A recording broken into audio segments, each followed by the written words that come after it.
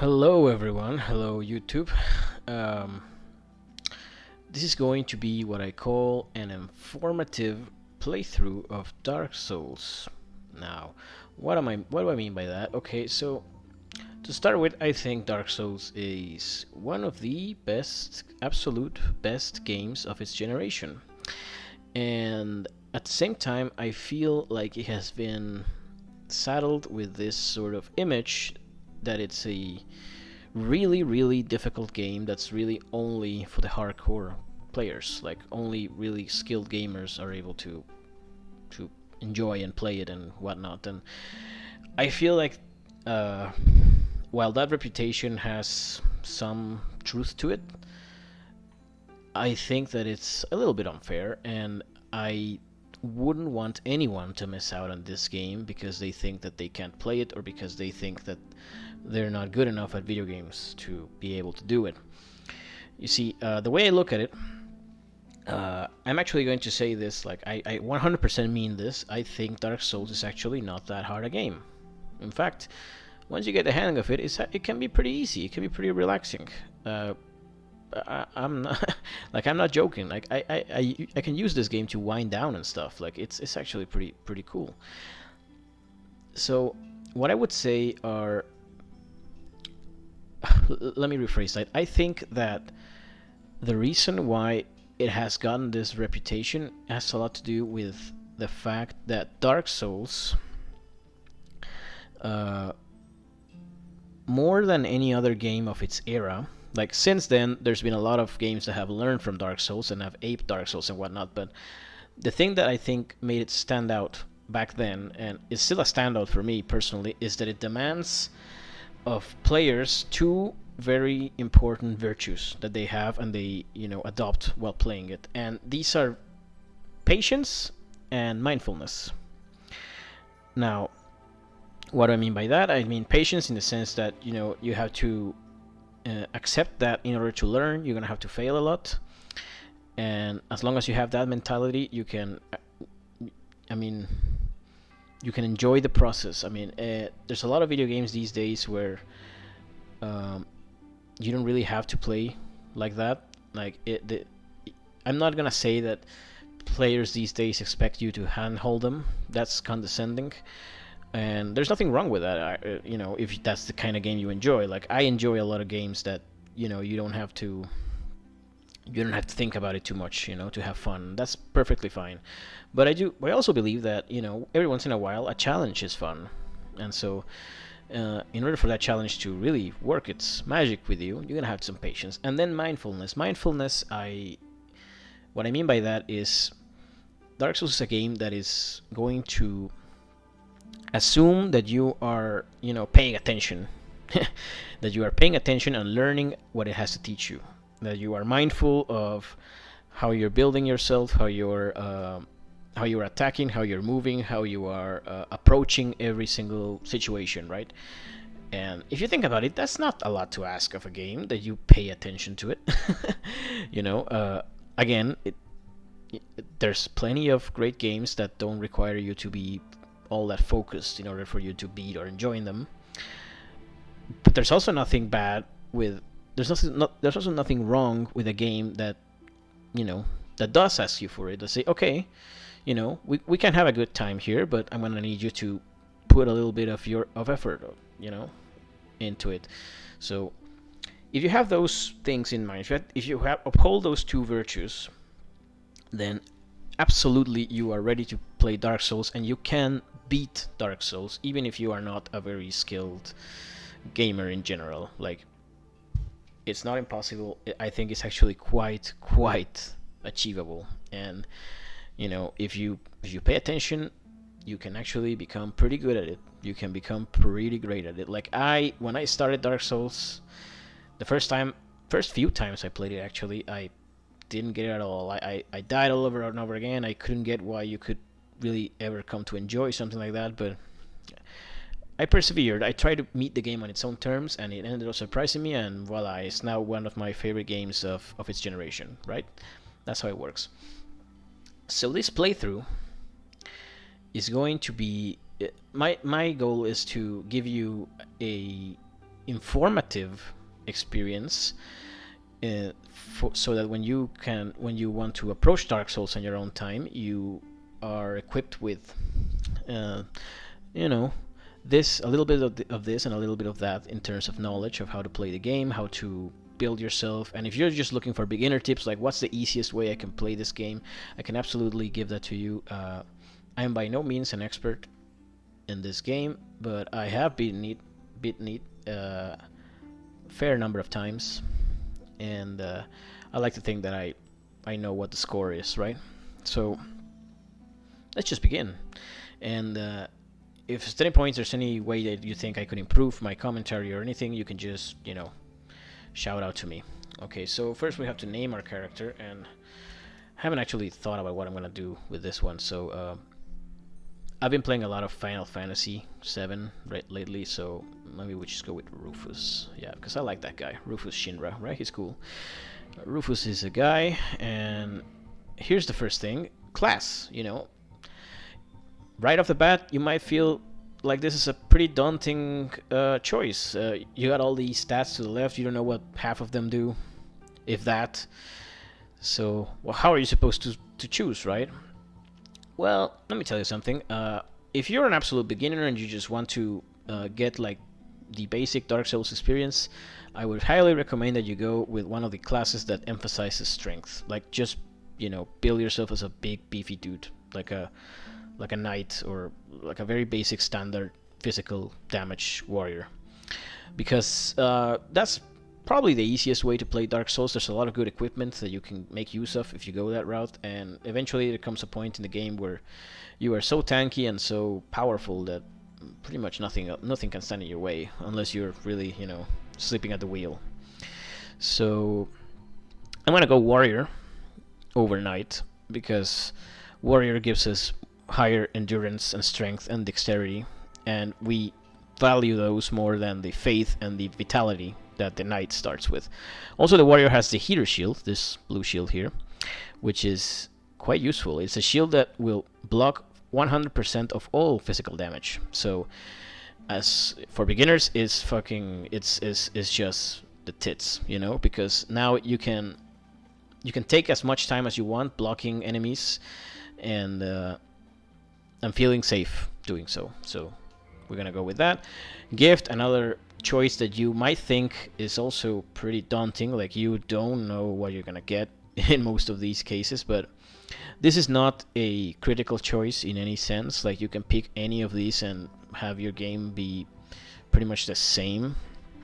As a general rule, you want the Master Key. Is basically the best of these items. The one I find has the most impact, and later on when you're more experienced, it actually has a pretty nifty use that you can exploit to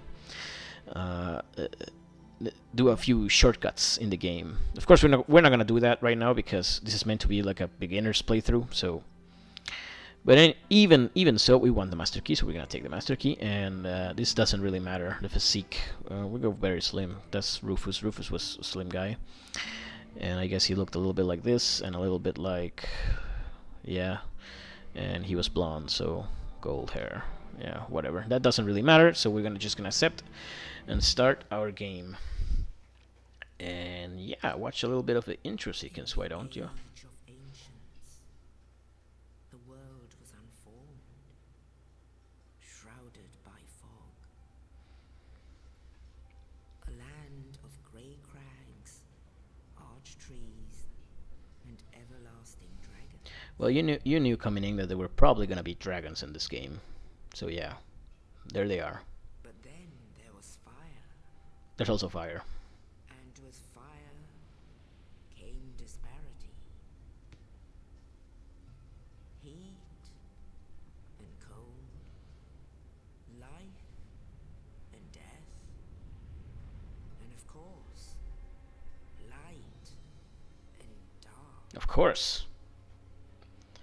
And this is, Final Fantasy VII vibes in here. Wow. Then from the dark they I mean, I watched this a billion times, but and found I kind of have that one on my mind. within the flame.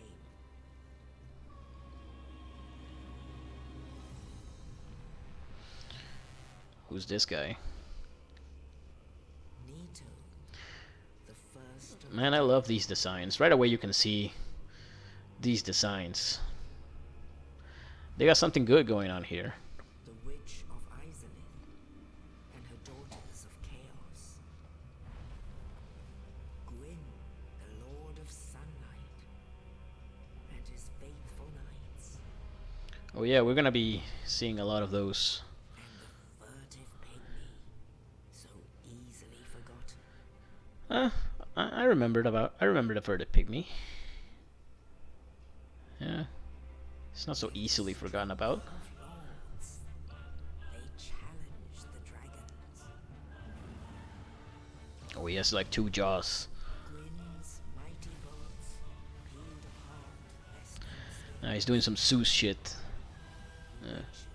Oh, you'd think maybe fighting dragons with fire wouldn't be that effective, right?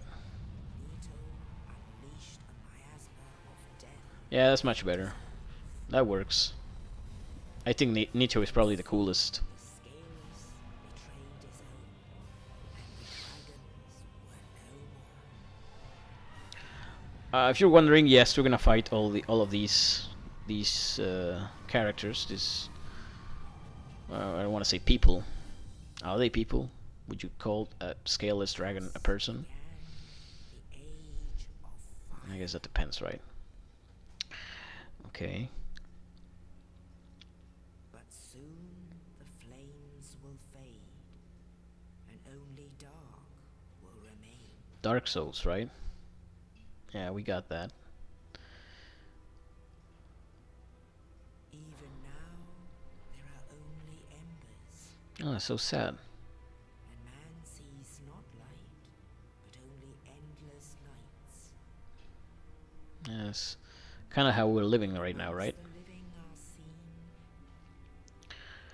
carriers of the accursed dark side.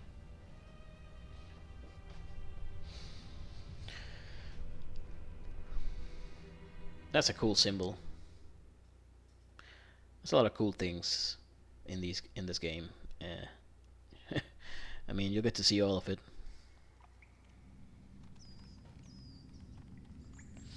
Now we're in engine. In engine. Yes, indeed. Yes, indeed. Yeah. The You see? dark sign brands the undead.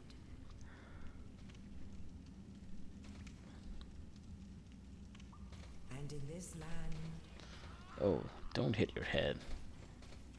the undead are corralled and led to the north, That people are not having a great time in here.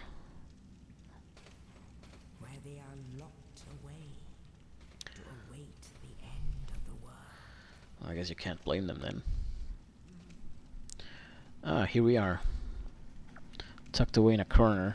At least we got clothes on us. Is your fate.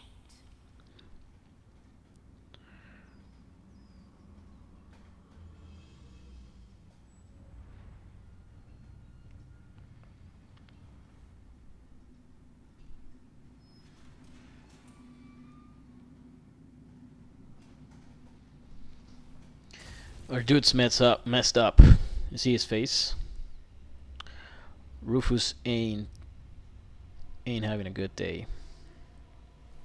Or a good afterlife, I should say. Oh. That's a friendly face. There's few enough of them in this game, so we might get used to it. Now we can pillage this corpse. That's the first thing you do in Dark Souls. You pillage a corpse. That's metal as hell. Okay, dungeon cell key. Now we can get out of here. So, we're off. We're playing Dark Souls. Hey, it's not so hard, is it? Yeah, we can roll. Yeah. Yeah, now you know what that's about, right? Yeah, I guess that's the meme thing about Dark Souls. People are always rolling around and stuff. Well, now you know why. That's the first step towards knowing Dark Souls. First of all, we see these messages, these orange messages. We're not playing online right now, which means that we're not gonna get the player-generated versions of these messages. As you can see, they just drop a few hints on you. But many of these are actually like the developers put them in themselves. They're hard-coded into the game, but If you're playing online, you might see a lot of these that uh, give you hints, but sometimes they also try to trick you. We're not going to be seeing any of those because we're not playing online. So look forward to. Oh man, this guy is crying. We can put him out of his misery. As you can see, we have a very very bad weapon right now. It's basically just a sword hilt with nothing in it. It really isn't good for much of anything. Well, it is good for one. It has a very specific purpose later on, but man, I don't even think it's gonna come into play like for a really really long time, if that. Okay, we got 40 souls. That's not nothing. It's pretty damn near close to nothing though. So we're just gonna advance through here, and this guy is not having that bad a time. You know. Oh, there's worse fates, I suppose. Okay, climb up. And we're gonna work our way out of this hole. I should mention that I plan to release these videos on parts that pertain to bosses. Like, after we complete this first tutorial area, I plan to stop the video and then continue when we get to the next area. And I will be explaining pertinent game mechanics as we go along. Like, for instance, we have our first bonfire now. Now we can't do anything at this bonfire, so I will not bother with it. And there'll be a lot more to learn about bonfires down the line. But for now, let's just open this door and see what awaits us. La la la la la. I'm walking, there's nothing happening. Oh god, there's a demon. Okay, we knew that was gonna happen, so we just run over here, and he can't do anything to us. That's intended. That's the way you gotta do it. Technically, you can beat that guy with the sword, but it's gonna take a long ass time, and it's not worth it. So, hey, that's our first like real enemy in the game, and he's shooting some arrows at us, and we can easily dodge them. And that's the heater shield that was advertised when we were making this character. So now we're gonna equip something. We can take a look at this menu here. As you can see, we can equip we have 2 item slots per hand, so that's 2 item slots for our right hand, 2 item slots for our left hand. And we have a slot for head, chest, hands, and leg armor. That's really useful. We have, the basic starting equipment. These are slots for items, of which we don't really have any that we can use. And these for arrows and rings, that we don't have any of those either. Now, to the right, you will notice already that there's a whole bunch of stats. But we're not gonna... I'm gonna try and go in depth with the stats when we actually get to level up, which is, not far off from now, but not right now. So we're just gonna equip our heater shield, and as you can see, equipping the shield, as it would be the case with equipping anything, it increases our equipment load, and it provides us with some damage on our left hand, which means if we were to hit with the shield, but we don't want to do that. We can also toggle the display on the shield and see that it has a 100% damage reduction, as well as a variety of other resistances when it comes to magic. And there's also the stability stat, which it's not relevant to explain right now, but suffice to say, the more stability your shield has, the less stamina it will take to block things, basically. I think that's how it works. There's a few more things I could have explained there, but let's wait until we get like a weapon, because that's gonna be better for us. Okay, this guy, normally he just runs like ahead, but he's not running right now, so we're just gonna move past him, and maybe we get hit here. Okay, he's running now, so we're gonna take the chance and equip our sword really quickly. Quick menuing in this game is, I would say, it's not completely essential, but it's a nice thing to have. Like, we equipped the sword quick enough there so that we could kill him without him hitting us, and that's value. That's worth something, right? So let's go back here, and we can see that we now have a longsword equipped, and the longsword is just miles better than this. It's literally 4 times as good, and you can see all the all the nice things that the game has to tell us about it here. I'm not gonna go into the parameter bonuses that you can see in the lower left. They are very important, but I think I better explain those once we explain the stats themselves, and let's save that for later. It's not critical that we learn of that right now. So let's keep moving. Okay. We're now well equipped and ready to take on the world. Actually, if you're good enough, you could just beat the entire game with this equipment. It would be pretty difficult, but maybe it's not that difficult. Okay, so we're gonna roll here because there's a big boulder and it's gonna come down, so yeah. Someone that's very rude has pushed it there, so hey, hello. Hello, hello. I'm done for, I'm afraid. I'll die soon, then lose my sanity. I wish to ask something of you. He has a cool shield. Unfounded. That's a cool shield. Hear me out, will you? Yeah, we should hear you out. I have failed in my mission, but perhaps you can keep the torch lit. Perhaps. There is a saying in my family, thou who art undead art chosen, and thine exodus from the Undead Asylum maketh pilgrimage to the land of ancient lords. Maketh. When thou ringest the bell of awakening, the fate of That's a neat word, eh? Maketh.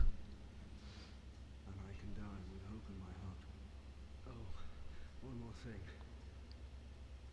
Here, take this. An Estus flask, an undead favorite. Oh, That's what we wanted. Yeah, we'll now I must bid take that off your hands. farewell to harm you after death.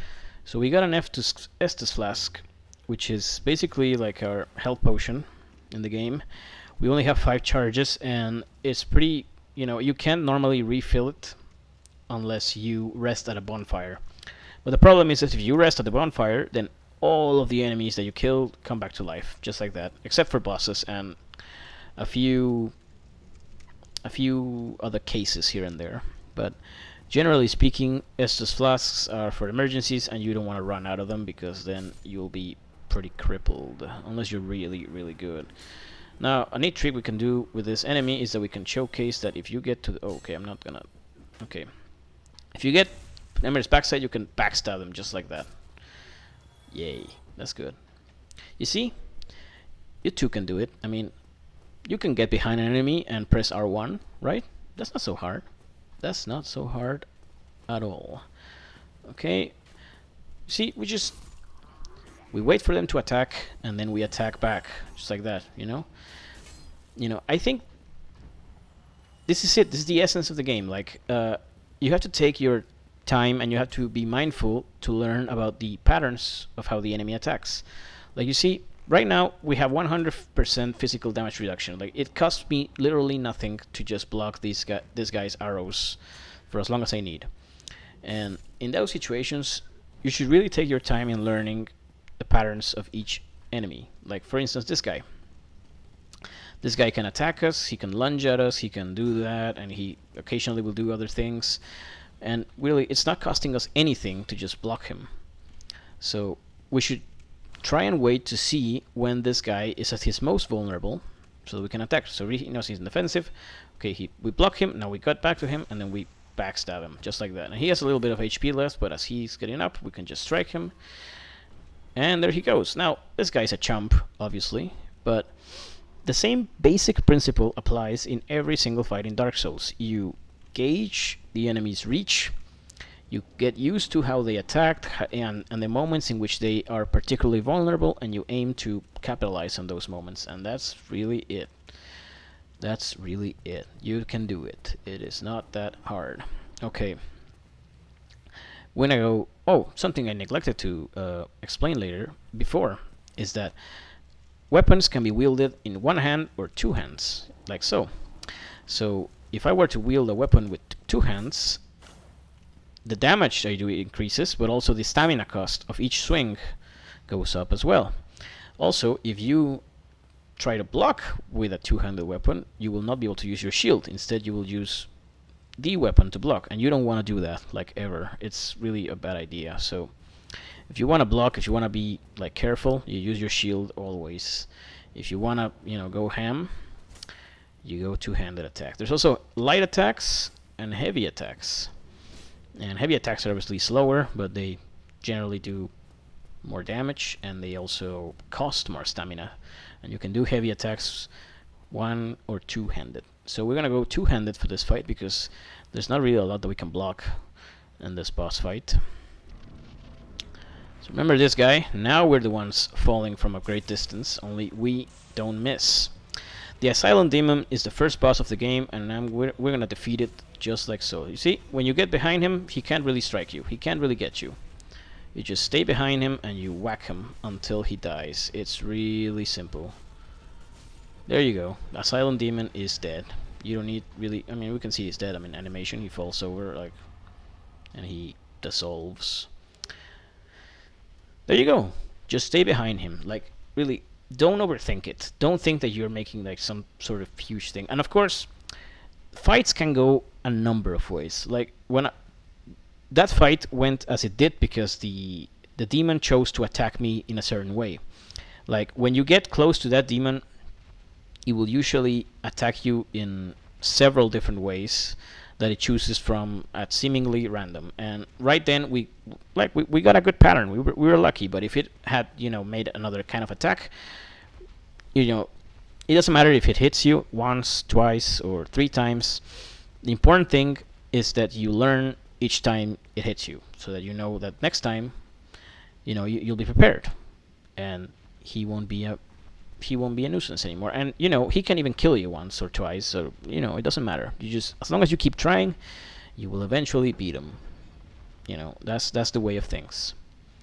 So now we have this key that we can use to go up here and leave the Undead Asylum. This is really just the beginning of the game. And one last note before leaving, you notice that all this time we've been collecting these souls thingies that are on the bottom right corner.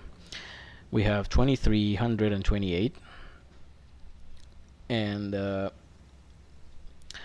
souls in this game are like experience points, but they're also like gold. Like, you can use them both to level up and to purchase things, so they're kind of an all-in-one currency.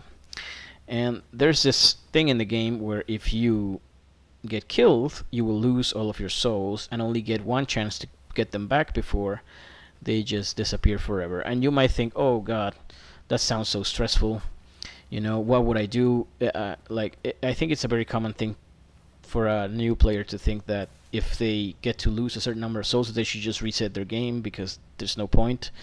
And I would say that's absolutely not true. If I were to kill myself here and lose all of my souls, that would be, that would be nothing. Like, really, you get plenty of souls throughout the game, and if you really need them, you can really just farm them, and it's not even gonna take you that long. So don't you sweat about it. The important thing again is that you learn. And you apply. That's the experience points. That's the kind of experience point that you should be rooting for. Not these.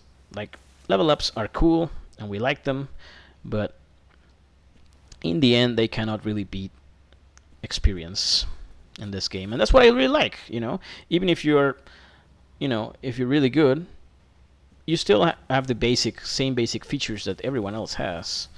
Like, it's only the way you move and the way you take decisions that changes. That's a really neat thing about this. So we're gonna get here, and with that we will have officially completed the Undead Asylum, which is the first area of Dark Souls, and we're already off to a great start. One day an undead shall be chosen. Now that's a cool way to start going on a pilgrimage, right? By bird. Leave the Undead Asylum A giant bird at that. to Yeah. the land of the ancient lords. Lordran. Yeah. The land of ancient lords, Lordran. I love that. I don't know. I don't have anything else to add. Yeah, these are gonna be... We're gonna be getting to know this place quite a bit, so don't you worry. We're here at the Firelink Shrine. So we're here, and I'm gonna call it here. Uh, this has been the first part of our informative Dark Souls playthrough. I hope to see you guys next time if you wish to keep learning about this game and, just to hang out. And if you already know this game by heart or anything, I hope that my commentary is enjoyable. And if not, well, you don't have to keep watching. So I'll see you guys next time. Bye bye.